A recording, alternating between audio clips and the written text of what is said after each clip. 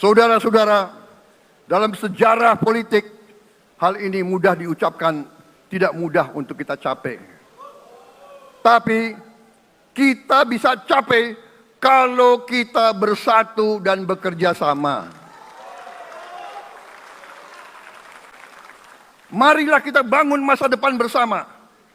Marilah kita menganggap rekan-rekan kita, walaupun berbeda suku, berbeda agama, berbeda partai, berbeda golongan, kita adalah sama-sama anak Indonesia.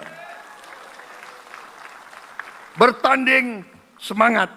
Sesudah bertanding, mari kita berhimpun kembali. Presiden Joko Widodo mengalahkan saya berapa kali ya, saya lupa itu. Tapi begitu beliau menang ya, beliau mengajak saya bersatu.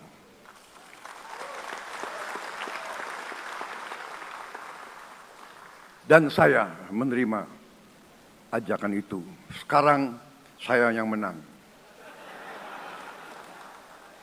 Dan saya mengajak semua pihak, ayo bersatu.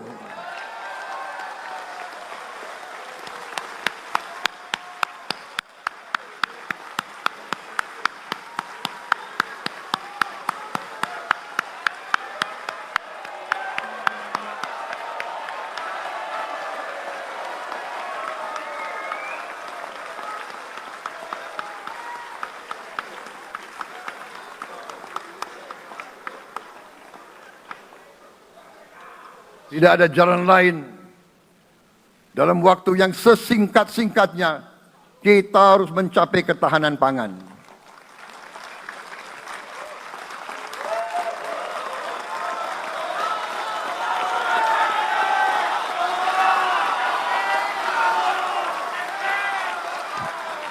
Kita harus mampu memproduksi dan memenuhi kebutuhan pangan seluruh rakyat Indonesia. Saya sudah mempelajari bersama pakar-pakar yang membantu saya. Saya yakin paling lambat 4 sampai 5 tahun kita akan swasembada pangan. Bahkan kita siap menjadi lumbung pangan dunia.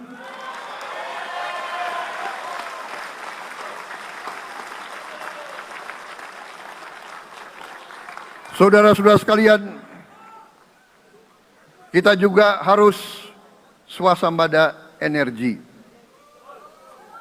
Dalam keadaan ketegangan, dalam keadaan kemungkinan terjadi perang di mana-mana, kita harus siap dengan kemungkinan yang paling jelek. Negara-negara lain harus memikirkan kepentingan mereka sendiri. Kalau terjadi hal yang tidak kita inginkan, sulit akan kita dapat sumber energi dari negara lain. Karena itu, kita harus swasembada energi dan kita mampu untuk swasembada energi. Kita diberi karunia oleh Tuhan Maha Besar. Tanaman-tanaman yang membuat kita bisa tidak tergantung bangsa lain. Tanaman-tanaman seperti kelapa sawit bisa menghasilkan solar dan bensin. Kita juga punya tanaman-tanaman lain seperti singkong, tebu, sagu, jagung, dan lain-lain. Kita juga punya energi bawah tanah, geotermal yang cukup. Kita punya batu bara yang sangat banyak. Kita punya energi dari air yang sangat besar. Saudara-saudara sekalian, pemerintah yang saya pimpin nanti akan fokus untuk mencapai swasembada energi. Kita juga harus mengelola air kita dengan baik. Alhamdulillah kita punya sumber air yang cukup. Dan kita sudah punya teknologi menghasilkan air yang murah dan yang bisa memenuhi kebutuhan kita.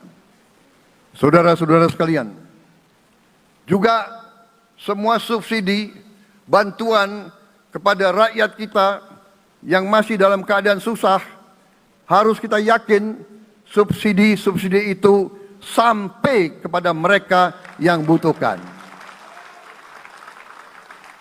Kita harus berani meneliti dan kalau perlu kita robah subsidi itu harus kepada langsung keluarga-keluarga yang membutuhkan itu. Dengan teknologi digital kita akan mampu sampai subsidi itu sampai ke setiap keluarga yang membutuhkan.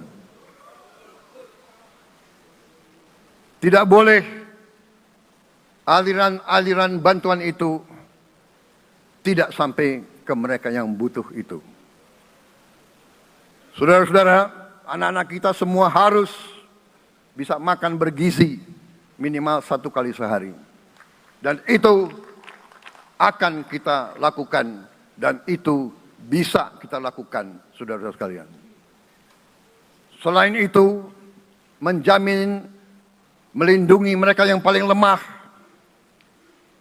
untuk mencapai kesejahteraan sejati, kemakmuran yang sebenarnya, kita harus melakukan hilirisasi kepada semua komoditas yang kita miliki. Nilai tambah dari semua komoditas itu harus menambah kekuatan ekonomi kita sehingga rakyat kita bisa mencapai tingkat hidup yang sejahtera. Seluruh komoditas kita harus bisa dinikmati oleh seluruh rakyat Indonesia. Saya sudah katakan kita harus berani menghadapi dan memberantas korupsi dengan perbaikan sistem, dengan penegakan hukum yang tegas, dengan digitalisasi. Insya Allah kita akan kurangi korupsi secara signifikan. Tapi ini harus kita lakukan. Seluruh unsur pimpinan harus memberi contoh. Ing ngarso sing tulodo. Saudara-saudara sekalian, ada pepatah yang mengatakan, kalau ikan menjadi busuk, busuknya mulai dari kepala. Semua pejabat dari semua eselon dan semua tingkatan harus memberi contoh untuk menjalankan kepemimpinan pemerintahan yang sebersih-bersihnya. Mulai dengan contoh dari atas dan sesudah itu penegakan hukum yang tegas dan keras. Saudara-saudara sekalian, semua kita percaya dan kita yakin kita akan punya kekuatan untuk bisa menghilangkan kemiskinan dari bumi Indonesia. Ini sasaran yang berat. Bahkan banyak yang mengatakan bahwa ini sesuatu yang tidak mungkin. Saudara-saudara, pemimpin yang berani, pemimpin yang baik akan terpanggil untuk menghadapi yang tidak mungkin dan mencari jalan agar yang tidak mungkin kita atasi.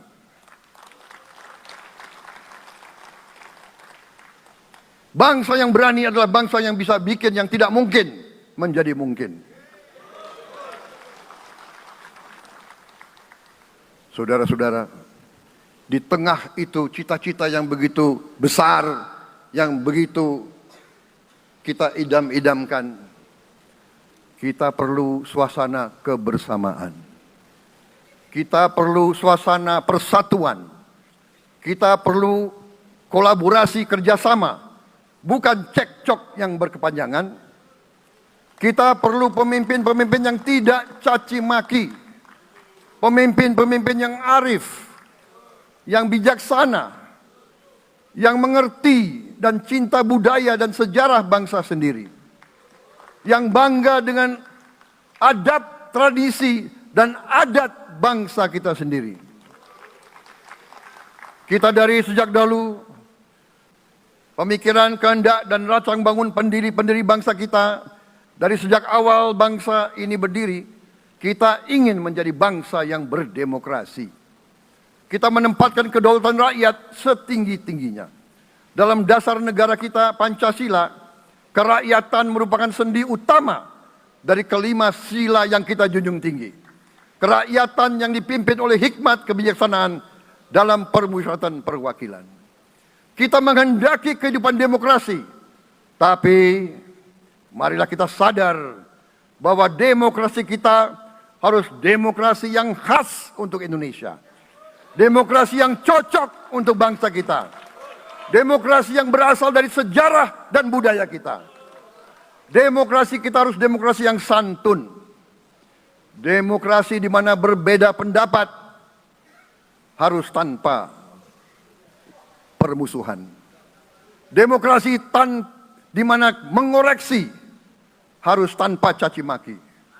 Bertarung tanpa membenci.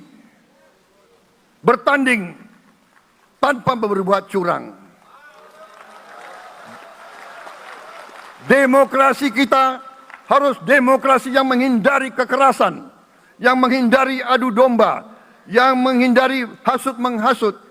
Demokrasi kita harus demokrasi yang sejuk, demokrasi yang damai, demokrasi yang menghindari kemunafikan.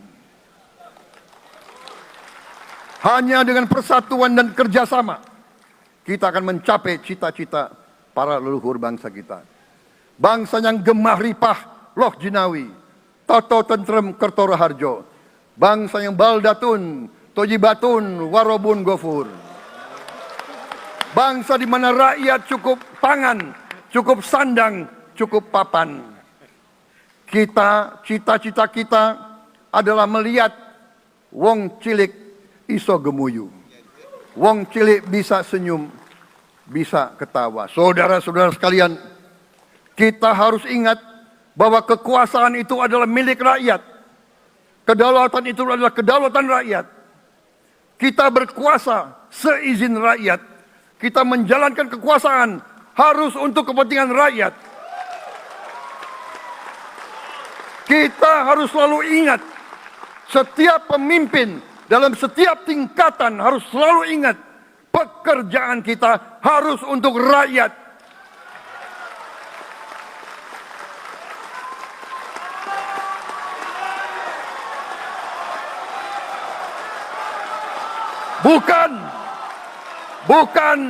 Bukan kita bekerja untuk diri kita sendiri.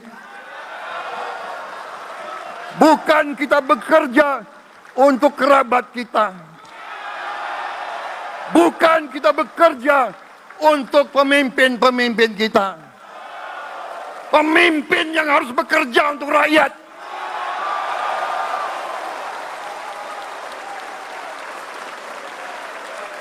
Saudara-saudara sekalian, kita harus mengerti selalu, sadar selalu bahwa bangsa yang merdeka adalah bangsa di mana rakyatnya merdeka.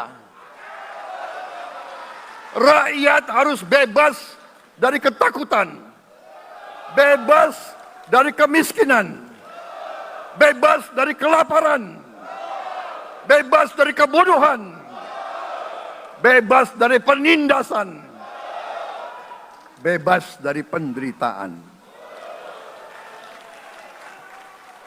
Saudara-saudara sekalian, masih ada saudara-saudara kita usianya di atas 70 tahun masih menarik becak. Ini bukan ciri-ciri bangsa yang merdeka. Hanya kalau kita bisa wujudkan itu, kalau kita bisa wujudkan keadaan di mana rakyat kita sungguh-sungguh merasa dan menikmati kemerdekaan, baru boleh kita sungguh-sungguh puas dan bangga dengan prestasi Indonesia merdeka. Sebelum itu, marilah kita kerja keras. Marilah kita berjuang tanpa menyerah. Mari kita menghimpun dan menjaga semua kekayaan kita. Jangan mau kekayaan kita diambil murah oleh pihak-pihak lain.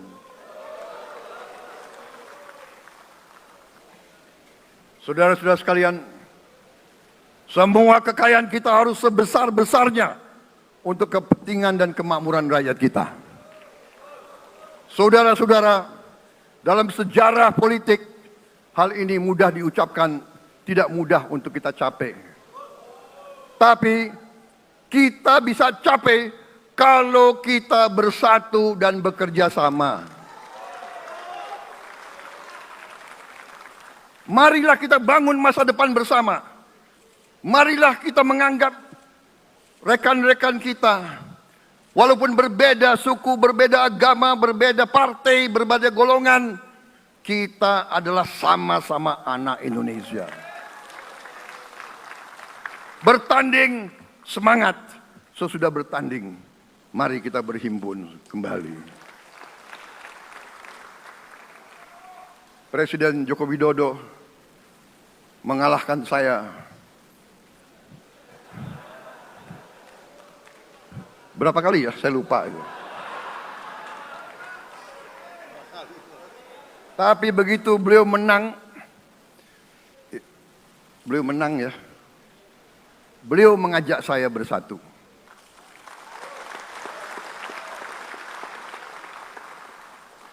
Dan saya menerima ajakan itu. Sekarang saya yang menang. Dan saya mengajak semua pihak, ayo bersatu.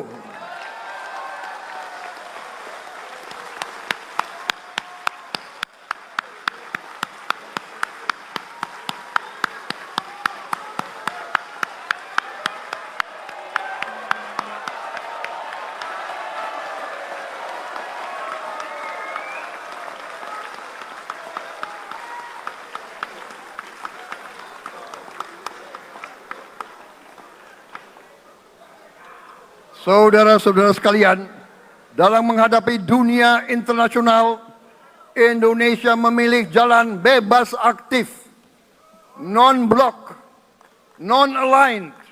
Kita tidak mau ikut fakta-fakta militer manapun. Kita memilih jalan bersahabat dengan semua negara. Sudah berkali-kali saya cadangkan, Indonesia akan menjalankan politik luar negeri sebagai negara yang ingin menjadi tetangga yang baik,